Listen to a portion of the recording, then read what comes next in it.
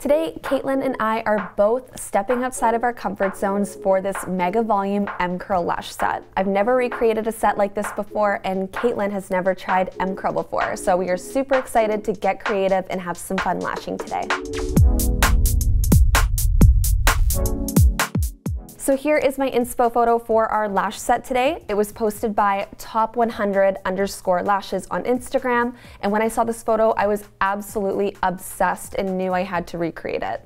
The curl used on this model mimics Lost Artistry's M-curl, and we also have a rainbow volume lash tray filled with many different colors, including a light blue, so I knew recreating this look would be achievable. But when it comes to recreating new styles, it's important to take note that even if we follow the exact mapping on this model, the set will likely look totally different because everyone's features are unique.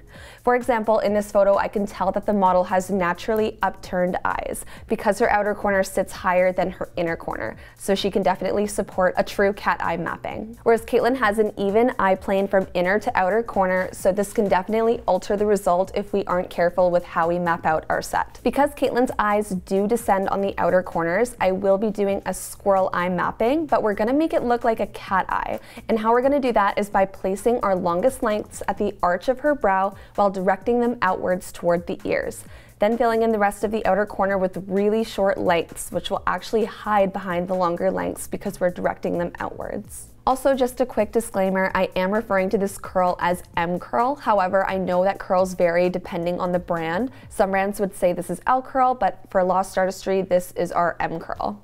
So to further assess this photo, I can see that the top layer consists of super thick wet lash spikes, while the middle and bottom layers look like they consist of slightly open fans, and they sit a few millimeters shorter to create a darker lash line. To recreate this mapping on Caitlin, I'll be doing 9 to 15 millimeters on her top layer, all M-curl of course, and 8 to 14 millimeters on her middle and bottom layer to create a bit of a darker lash line. For this set, I did crystallize my slightly open fans in advance. Crystallizing is such a great tool, especially when it comes to trying new styles, because naturally when we try new styles, it may take us a little bit longer during the service. So by having our lashes prepped and ready to go, it will save us time. And for this set, I wanted my slightly open fans to be as symmetrical as possible to create a full and fluffy result. And I used 0.03 diameter. Also, if you've made it this far, don't forget to like, comment, subscribe, and ring that bell so you can always be notified when we upload new content. As for the blue spikes on the bottom layer, I'll be using the sky blue color from our rainbow volume lash tray in 7mm C curl. The reason I'm choosing to work with 7mm is because we want that C curl to blend with the M curl. And if we work with longer lengths, there will be a more distinct difference between the two curls and they won't blend together as nicely. So now that our set is all planned out, let's get lashing.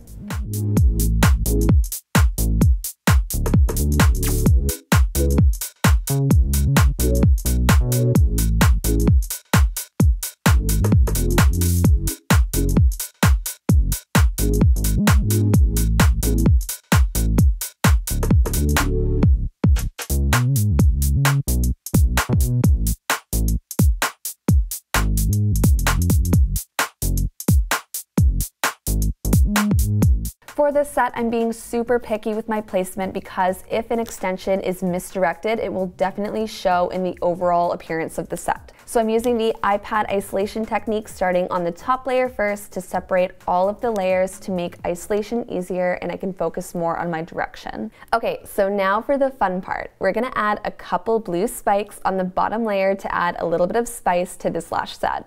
And I'm gonna use the iPad isolation technique again to pull all of those lashes out of the way so I can get a much better view of the bottom layer. To create my spikes, I'm just going to grip a bundle of lashes, dip in adhesive, and then place on the natural lash. We actually have a super in-depth free course on how to create wet lashes. If you would like to see the tutorial, head on over to our Instagram at Lost Artistry Lash, message us over DM, and we will happily send it your way. Okay, here is the final result. We would love to hear what you think. If you liked this video, drop your favorite blue emoji in the comments below.